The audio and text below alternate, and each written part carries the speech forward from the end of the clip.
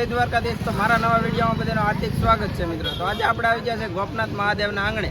તો આજે મોરારી બાપુની 965મી રામકથા બે છે, એટલે આપણે એના આંગણે આવી ગયા છીએ। તો કઈ રીતની લાઈવ કથા આપણે સાંભળવા જવાનું છે ને મિત્રો। આપણે કથામાં મંડપ છે ને, કથા મંડપે જવાનું છે, પછી અહીંયા કાર્યાલય છે, પછી રહેવા માટેની કેવી સુવિધા છે, સંપૂર્ણ બતાવવાનું છું જે સુપર બ્લોગમાં વિડીયોમાં ચાલે છે। વિડીયો સારો લાગે તો લાઈક, કોમેન્ટ અને સબસ્ક્રાઈબ કરી નાખજો, અને કોમેન્ટમાં જય શ્રી રામ ને જય ગોપનાથ મહાદેવ લખવાનું ભૂલતા ન। ચાલો જઈએ ને બતાવી તમને।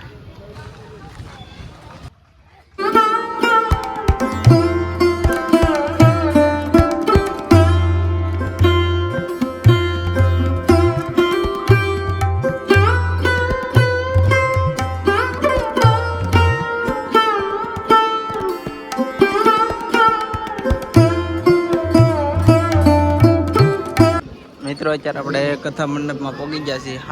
હાઉસફુલ છે બધું।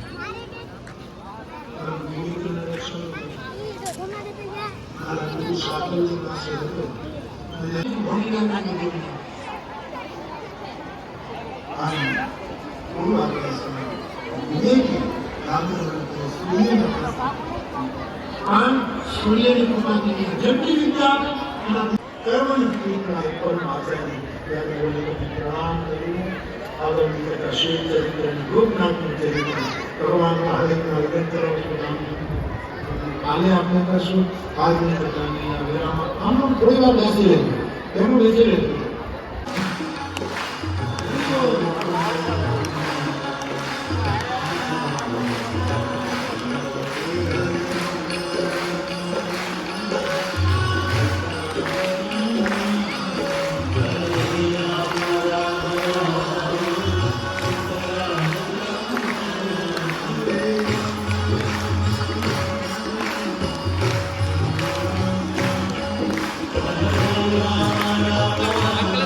પાર્સલ લે રે દેવ પૈસા દેવાનું કીધું હાલો।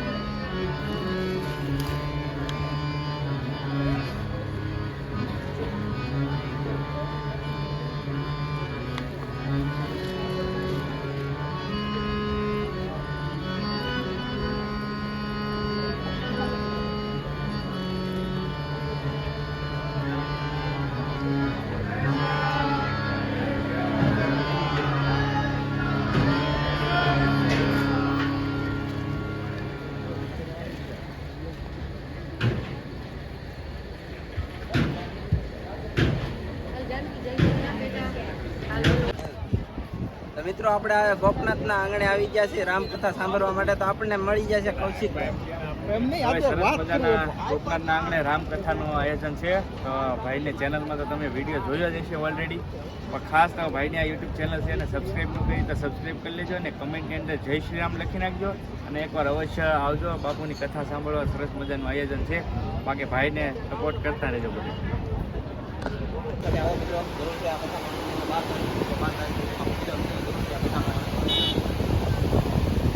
મિત્રો આ બધું દરિયાની કાંઠે છે કથા. તો 12 દિવસની કથા છે, તો બધા જરૂર આવજો સાંભળવા. દરિયાની કાંઠે ટાટા પવન આવે. જોવા તમે.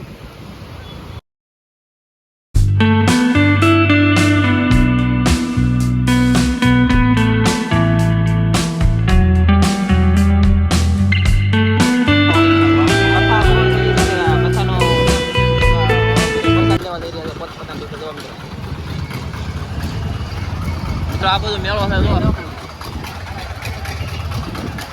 આ બાજુ જો આ બોર્ડ છે ને મિત્રો, આ બધું કથા સ્થળ બાજુ જવાનો રસ્તો છે. આપણે ક્યાં જવાનું છે? આપણે હવે જાવ જો આગળ કા.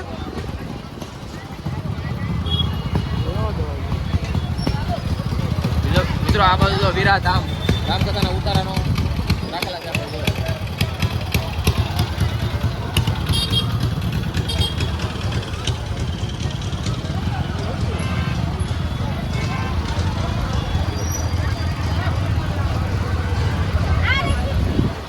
મિત્રો તો આ છે મહેમાનો માટે ઉતારો. તો ચાલો હવે અંદર જઈ કઈ રીતનું છે તમને બતાવી દઉં. આજે છે બીજો દિવસ, તો જે વહેલા આવો બધા બાપની કથા સાંભળવા માટે. ચાલો હવે અંદર જઈએ. અંદર ફૂલ વ્યવસ્થા છે.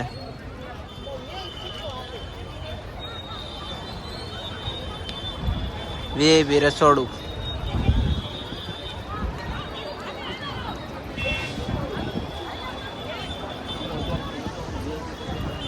મિત્રો અત્યારે આપણે જઈ રહ્યા છીએ પ્રસાદ લેવા માટે. તો જો આ ગેટ છે ગોપનાથ મહાદેવ એ બાજુ તરફથી અવાય છે અહીંયા. ચાલો હવે આપણે પ્રસાદ લેવા જઈએ. જો અત્યારે ફૂલ ટ્રાફિક છે, કારણ કે આપણે થોડાક મોડા આવ્યા છીએ. એટલે આપણે અત્યારે રામકથામાં હતા ને નાથી અત્યારે આવેલા છીએ, એટલે થોડીક ટ્રાફિક થઈ ગઈ. મિત્રો આપણે ભોજનાલયમાં આવી ગયા છીએ. તો અહીંયા 2 ડોમ છે, એમાં એક બહેનોનો છે અને એક ભાઈઓનો છે. અહીંયા જો બેનું જમી રહ્યો છે, પ્રસાદ લઈ રહ્યું છે. તો ચાલો હવે આપણે આમ આગળ થોડાક હાલા જઈએ. છે ભાઈઓનો ડોમ, આમાં ભાઈઓ પણ પ્રસાદ લઈ રહ્યા છે. જુઓ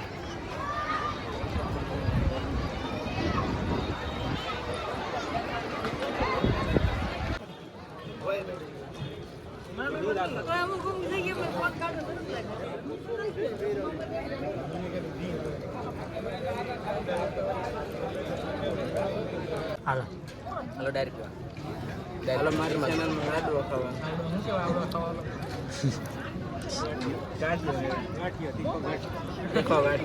આપણે જઈ રહ્યા છીએ રસોડાની અંદર. તો કઈ રીતની પ્રસાદી બધી બનાવવામાં આવે છે ને એ તમને લાઈવ બતાવું છું. અત્યારે જો અત્યારે અહીં રોટલી બને છે.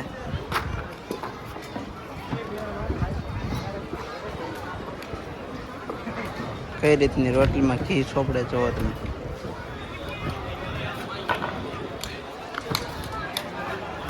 મિત્રો તમને એમ લાગે છે કે આ બટાટા યાર્ડમાં પડ્યા, પણ યાર્ડમાં નથી. આ છે આજ ગોપનાથના આંગણે બટાટા પ્રસાદ માટે.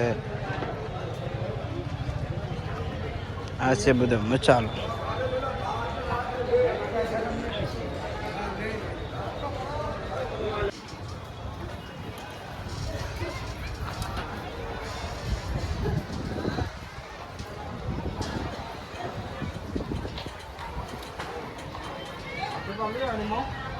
આજે મિત્રો આ ગાંઠિયા પણ હતા જમવામાં, તીખા ગાંઠિયા.